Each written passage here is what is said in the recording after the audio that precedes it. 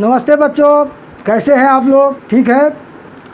उम्मीद करता हूं कि आप लोग सकुशल होंगे घर में। बच्चों, मैंने फिजिक्स के इलेक्ट्रिसिटी का थ्योरी आप लोगों को कंप्लीट कर दिया था। जिन लोगों ने नहीं देखा हो वीडियो, वो पीछे आप देख सकते हैं। मेरे पीछे वीडियो में टॉपिक वाइज हमने पूरे चैप्टर को कंप्लीट किया है। आज मैं इस चैप्टर के कुछ न्यूमेरिकल्स आप लोगों को बताने जा रहा हूँ जो इम्पोर्टेंट है और वो पेपर में आते भी हैं। ठीक है। तो पहला क्वेश्चन लिया है हमने इलेक्ट्रिसिटी से। आपको ये एनसीईआरटी का ही क्वेश्चन है आपका, और ये बराबर पेपरों में भी आते रहते हैं। ठीक है। How many 176 ohm resistors in parallel are required to carry 5 ampere on a 220 volt line. कहता है कि कितने रेजिस्टर्स उसका रेजिस्टेंस है 176 ओम, एक का है, एक रेजिस्टर का रेजिस्टेंस है 176 ओम, और ये पैरेलल में अगर जोड़ा जाए तो हमारे लाइन का जो कैपेसिटी है वो 5 एम्पियर ऑन 220 वोल्ट लाइन, इतने वो इलेक्ट्रिसिटी कंज्यूम कर रहे हैं। तो इसमें कितने रजिस्टर हम जोड़ सकते हैं, ये निकालना है। तो देखिए, एक रजिस्टर है 176 ओम, ये पैरेलल में जुड़े हुए हैं। तो सबसे हम पहले, मालूम तो है नहीं कि कितने रजिस्टर्स अभी जुड़ेंगे, तो मान लेते हैं उन रजिस्टर्स का नंबर n है। नहीं मालूम है तो n ले लेते हैं। तो सबसे पहले हम यहाँ पर लिखते हैं कि let n resistors are joint. ठीक है। तो पैरेलल में जब जुड़ा हुआ है तो इसका इफेक्टिव रिजल्टेंट रेजिस्टेंस हमको पहले निकालना होगा। उम्मीद करता हूँ आप लोगों को मालूम होगा कि जब रेजिस्टर्स को पैरेलल में जोड़ते हैं तो उसका रिजल्टेंट रेजिस्टेंस निकालने का फॉर्मूला है 1/R = 1/R1 + 1/R2 + 1/R3 + ... जितने भी हो। ठीक है। अब हमारे पास जो रेजिस्टेंस है, जितने भी हैं सब की रेजिस्टेंस है, जितने भी रेजिस्टर्स हैं उन सब का 176 ओम है। तो इस हिसाब से हमारा ये बनेगा 1/176 + 1/176 + 1/176 ... n टाइम्स, क्योंकि हमें मालूम नहीं है कि कितने हैं, n टाइम्स तक ऐसे करेंगे। तो ये हो जाएगा हमारा कितना, जब ये सेम नंबर रिपीट हो रहे हैं n टाइम्स, तो इसको हम ऐसे लिखेंगे 1/R = n × 1/176। n टाइम्स है, नेचुरली है कि सेम है, तो हम इसको n × 1/176 लिख देंगे। ठीक है। अब इस हिसाब से R हम निकाल लेते हैं। तो R हमारा क्या हो जाएगा, R = हो जाएगा 176/n। ये हम फर्स्ट कर लेते हैं। ठीक है।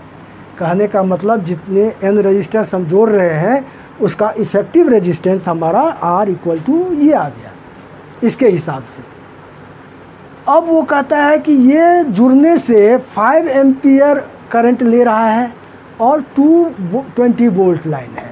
तो इस दोनों के रिलेशन से हम बाय ओम्स लॉ, ओम के फार्मूला से हम इसका रेजिस्टेंस निकाल लेते हैं। लिखते हैं by ohm's law. Ohm's law हम जानते हैं कि होता है R = V/I। तो R = हो जाएगा 220/5। देखिए, ये हमारा हो गया 2। ठीक है। इसके हिसाब से जितने रेजिस्टेंस जोड़े हैं पैरेलल में जुड़े हुए हैं, तो उस हिसाब से हमारा रिजल्टेंट रेजिस्टेंस R = आ रहा है 176N। और ये किसके कारण होता है, तो टोटल वो करंट जो ले रहा है 220 वोल्ट लाइन पे, तो उसके हिसाब से R आ रहा है ये दोनों, ये रेजिस्टेंस इसके इक्विवेलेंट होगा, क्योंकि इसी के कारण ये हो रहा है। तो अब हम इसको क्या करते हैं, लिखते हैं 176/n = 220/5। ठीक है। तो हम क्रॉस मल्टीप्लिकेशन करके क्या निकाल लेते हैं, n = हो जाता है 176 × 5 अपॉन 220। अब इसको काटोगे आप तो ये हो जाएगा 11 2 जा 20, 22, 11 66, 5 4 जा 20, 4 4 जा 16, मतलब ये आ गया 4। तो आपका आंसर क्या हो गया? Equal to 4 resistors. कहने का मतलब इसका आंसर क्या हो गया? आंसर यहाँ लिख देता हूँ क्लियरली, 4 रजिस्टर्स हम पैरेलल में जोड़ सकते हैं इसके हिसाब से। समझ में आई बात? आसान है, बस थोड़ा सा समझने की बात है। आपने समझ लिया और इस तरह से देखोगे तो आपको बहुत ही आसान है, और ये क्वेश्चन बराबर आते हैं एकदम। हाँ, दूसरा क्वेश्चन मैंने लिया है आपका ये, how can 3 registers 2 ohm, 3 ohm and 6 ohm be connected to give a total resistance। First case में दिया है कि 4 ohm और सेकंड केस में दिया है कि 1 ohm होना चाहिए। अब सवाल है कि हमारे पास 3 रजिस्टर्स है, 2 ohm, एक का 2 ohm है रेजिस्टेंस, एक का 3 ohm और इसका 6 ohm। तो कहता है कि इस तीनों को हम किस तरह से ज्वाइन करें कि पहले केस में पूरा रिजल्टेंट रेसिस्टेंस जो है पूरा फाइनल वो 4 ohm होना चाहिए। अब सवाल है कि हम जानते हैं कि रेजिस्टर्स का कम्बिनेशन और 2 वे से 2 बेसिस करते हैं, जो हमने करा रखा है, आपने पीछे वीडियो में देख लिया होगा। एक सीरीज होता है और एक पैरेलल होता है। तो अब इसमें आपको हिट एंड ट्रायल लगाना होगा। अब देखो, जैसे मान लो अगर ये तीनों को हम सीरीज में जोड़ देते हैं, एज्यूम करो, तो तीनों को अगर हम सीरीज में जोड़ते हैं तो हमारा ये क्या आएगा? ये हो जाएगा 2 ohm, ये 3 ohm, ये 6 ohm। तो सीरीज में तो हम ये फार्मूला लगाते हैं R = R1 + R2 + R3। अगर ऐसे करते हैं तो ये हो जाएगा 2 + 3 + 6, 6 3 9 2, ये 11 ohm हो जाएगा। तो कहने का मतलब ये तो नहीं आया, हमें आना कितना चाहिए? 4 ohm। तो ये सिस्टम नहीं चलेगा। तो अब हम देखते हैं दूसरे उपाय लगा के। हम क्या करते हैं कि इस 2 ohm को हम सीरीज में रहने देते हैं, ये 2 ohm जो है सीरीज में रहने देते हैं। अब बाकी ये जो दोनों है, इन दोनों को हम पैरेलल में कर देते हैं, ये 3 ohm और ये 6 ohm। ठीक है, ये हम पैरेलल में कर दिया। तो अब इसका जो रिजल्टेंट हम निकालेंगे तो क्या निकलेगा? सबसे पहले तो इसको पैरेलल में हम निकाल लेंगे जो क्या आता है। तो पैरेलल में के हिसाब से वो हो जाएगा 1/R = 1/3 + 1/6 = हो गया 6, ये हो गया 2 + 1 = 3/6, 3 1 जा 3, 3 2 जा 6, मतलब R = हमारा 2 ohm आ गया इन दोनों को मिला कर। अब ये दोनों मिल के और ये दोनों सीरीज में है, तो अब इसके हिसाब से फाइनल रेजिस्टेंस हो जाएगा 2 ohm + 2 ohm, क्योंकि इन दोनों का कंबाइंड हमारा 2 ohm आ चुका है और ये 2 ohm है, दोनों सीरीज में है, तो ये हमारा इस तरह से आ गया 4 ohm। तो पहला केस तो हमारा मिल गया, जो 2 ohm रजिस्टर्स को 3 और 6 को पैरेलल में हम कंबाइन करेंगे और 2 ohm को उसके साथ सीरीज में करेंगे, तो हमारा ये रिजल्टेंट रेजिस्टेंस 4 ohm आ जाएगा। ठीक है ना, एक केस तो निकल गया हमारा। अब रहा दूसरा केस जो 1 ohm आना चाहिए। अब 1 ohm के लिए हम फिर क्या हिट एंड ट्रायल करें, कैसे हम इसको सेट कर सकते हैं? तो देखिए, इसमें हम क्या करते हैं कि आपको ट्राई करना पड़ेगा बारी बारी से। अब डायरेक्ट कैसे समझोगे कि हम इसको ऐसे करें? तो जिस तरह से आप कर सकते हो करके देखना। ठीक है, अब इसको हम क्या करते हैं कि तीनों को पैरेलल में ले लेते हैं। ठीक है, ये तीनों को हम क्या करते हैं? पैरेलल में ले लेते हैं।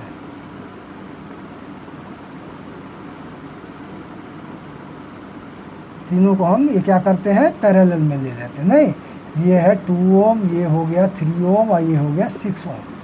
अगर हम तीनों को पैरेलल में ले लेते हैं तो इसके हिसाब से रिजल्टेंट आना चाहिए 1/R = 1/2 + 1/3 + 1/6।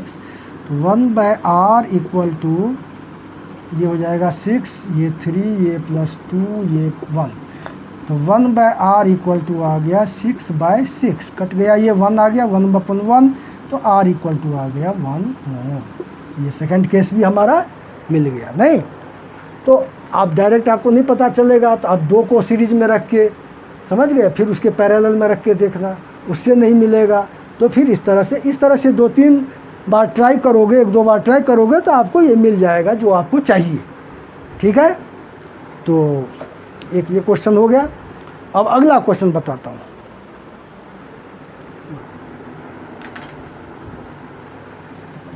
हाँ, अब ये तीसरा क्वेश्चन मैंने लिया है, ये भी आपका एनसीईआरटी से ही है। देखिए, calculate the number of electrons constituting 1 coulomb of charge.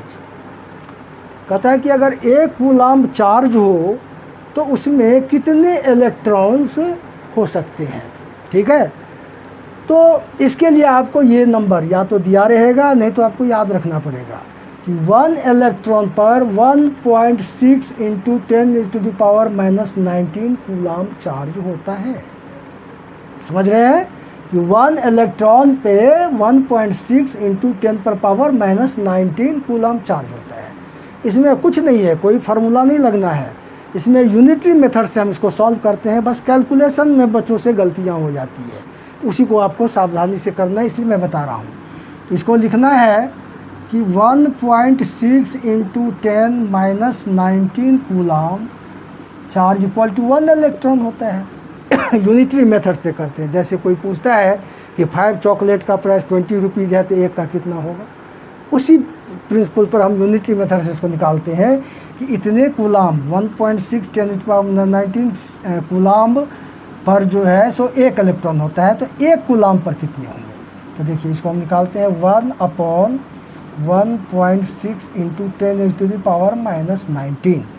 अब इसको कैलकुलेट करते हैं। ये 0.6 है, इस पॉइंट को हटा के ऊपर में 10 ले लेते हैं। ये इक्वल टू आ जाता है 10/16। इसको ऊपर ले जाते हैं तो ये हो जाएगा 10⁻⁹। ये -19 पावर जब ऊपर चला जाएगा, ये 10, इसको हम ऊपर ले जाएंगे तो ये माइनस जो है पॉजिटिव हो जाएगा। ओके, अब इसको काटते हैं तो ये आता है 2 8 या 16, 2 5 या 10, मतलब ये आ गया 5/8 × 10⁻⁹। ठीक है, अब इसको डिवाइड करते हैं। अगर आप करोगे इसको 5 को 8 से डिवाइड करोगे तो कितना आएगा 0.625 × 10⁻⁹ इलेक्ट्रॉन। ठीक है, अब स्टैंडर्ड फॉर्म में इसको लिखना है तो इस पॉइंट को इधर ले आते हैं तो ये आ जाएगा 6.25 × 10⁻18 इलेक्ट्रॉन, क्योंकि एक पॉइंट इधर गया तो एक पावर यहाँ से क्या हो जाएगा, हट जाएगा। ठीक है, तो ये इतना इलेक्ट्रॉन हो गया। ये आपका आंसर हो गया। समझ गए, बड़ा आसान है, इतनी दिक्कत नहीं है, आराम से देखोगे। बस इसका कैलकुलेशन में थोड़ी सी दिक्कत होती है, तो वो ठीक से समझ। अब हम आपको इसका नेक्स्ट सवाल बताने जा रहा हूँ, वो देखो। हाँ, तो मैंने चौथा सवाल ये लिया है, आप देखिए। A wire of resistance 10 ohm is bent in the form of a close circle. ठीक है, और what is the effective resistance between the 2 points at the ends of any diameter of circle. अब बहुत बच्चे इसको ठीक से समझ नहीं पाते हैं। तो देखिए, सीधी सी बात है कि मान लीजिए कि एक ये वायर है, ठीक है, और इस वायर का रेजिस्टेंस है 10 ओम। ठीक, अब सवाल कहता है कि इस वायर को मोड़ के एक सर्कल बना दिया। ठीक है, अब जैसे मान लीजिए कि ये हम क्या किए, एक ऐसे ही सर्कल के रूप में बना दिया ये। ठीक, अब ये सर्कल जब बना दिया तो ये इंटायर वायर का 10 ओम रजिस्टर है। अब इस सर्कल बना दिया तो इसके डायमीटर के अलोंग ऐसे ये ले लेते हैं। सपोज करते हैं कि इलेक्ट्रिसिटी यहाँ से अब पास कर रही है और इधर से, तो कुछ ऐसे जाएगी, कुछ ऐसे जाएगी। अब यहाँ से ये डिवाइड हो गया, एक इधर एक इधर, तो ये दोनों पार्ट जो हो गए ये आपस में पैरेलल में हो गए, क्योंकि इलेक्ट्रिसिटी यहाँ से इलेक्ट्रिक करंट पास करेगी तो बट जाएगा, कुछ इधर जाएगा, कुछ इधर जाएगा, फिर यहाँ पर आके यूनाइट हो जाएगा। तो ये चूँकि डायमीटर है ये बीच की लाइन, इसका मतलब हुआ कि इसकी लेंथ जो होगी इस बराबर होगी। तो टोटल वायर की 10 ओम है, तो जब बराबर ये बट गया तो उसमें क्या हो जाएगा, दोनों का रेजिस्टेंस अब हाफ हाफ हो जाएगा, इसका 10 का हाफ। इट मीन्स इसकी रेजिस्टेंस, इस पार्ट की रेजिस्टेंस 5 ओम हो गई और इस पार्ट की भी रेजिस्टेंस 5 ओम हो गई। अब इनका रिजल्टेंट हमको निकालने के लिए क्या करना पड़ेगा, तो फार्मूला लगाएंगे पैरेलल का, चूँकि अब पैरेलल में हो गया है तो 1/r equal to 1/r1 plus 1/r2, मतलब 1/r इक्वल टू हो जाएगा 1/5 प्लस 1/5, मतलब ये हो गया 5, 1 प्लस 1, तो 1/r इक्वल टू हो गया 2/5, तो देयरफॉर r इक्वल टू हो गया 5/2 मीन्स 2.5 ओम।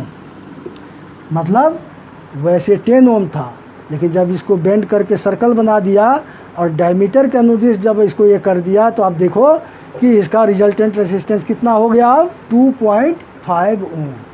तो हम जानते हैं कि जब किसी भी रेजिस्टेंस को पैरेलल में जोड़ देते हैं तो उसका फाइनल रेजिस्टेंस कम हो जाता है। इसीलिए कई सवाल आते हैं जिसमें पूछ देता है कि मैक्सिमम और मिनिमम, तो आपको यही दिखाना है कि मैक्सिमम रेजिस्टेंस इन सीरीज होता है।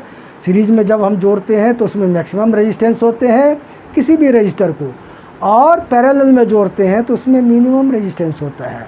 और यही कारण है कि हमारे डोमेस्टिक सर्किट जो होते हैं वो हमेशा किसी भी घर में आप देखो कोई भी domestic circuit parallel parallel series में ही या पैरेलल सिस्टम में ही जुड़े होते हैं। पूछता भी है क्वेश्चन पेपरों में कि हमारे डोमेस्टिक सर्किट पैरेलल में क्यों होते हैं, सीरीज में क्यों नहीं होते हैं, ये भी बहुत इंपॉर्टेंट क्वेश्चन है। तो ये सब मैंने डील कर रखा है आपको। तो उम्मीद करता हूँ बच्चों कि आप लोगों को ये बहुत हेल्पफुल रहा होगा और आगे फ्यूचर पेपर में भी आपको बहुत काम आएगा। इसको अगर ध्यान से आप देखोगे तो आप रियलाइज़ करोगे। तो इसीलिए आप इसको लाइक करो, शेयर करो। फिर हम अगले नए चैप्टर के साथ मिलते हैं नेक्स्ट वीडियो में।